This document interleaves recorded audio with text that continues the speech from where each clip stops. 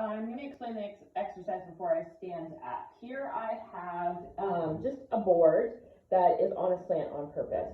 So this is meant for people who have collapsed arches or they really collapse at their ankle joint. So in this area, if you were to look at someone, their ankles look like they kind of come in, and it's partially due to the fact that they are collapsing through their ankles.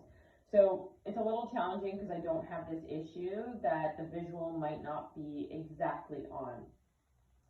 But part of it is that the muscles need to be activated. And especially if you're older, those muscles have been in this position for a really, really long time. So standing on a slope to counteract the incline, the muscles have to kick in. Because one thing that also isn't considered is the fact that the joints above the knee and the hip also get affected. So you do want to think, once I step onto the board, thinking about activating the inner thighs and drawing up all through the inner leg. So I'm going to come up to standing, and I'm going to stand on the board. So if I was someone who had a collapsed arch, this is just going to encourage me to lift up through this portion of the foot.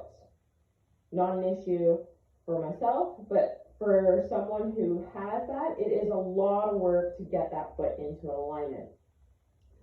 When standing on the board, we still want to find that hip bone nice and level, and the person's just going to try to lift the high foot. So it's this foot. I can still feel the muscles in my ankle having to balance and fight against that slope. It's just not as drastic as someone else who has a collapsed arch.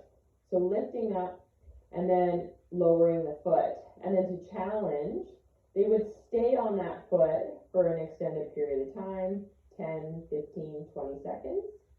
And then to progress the exercise, they could step back into a lunge. And I'm not going to do that just because I'm on an elevated surface. But at home, if this is something that you need to work on, simple slope and a block, and then balancing on one foot to build those muscles on the inner part of the ankle.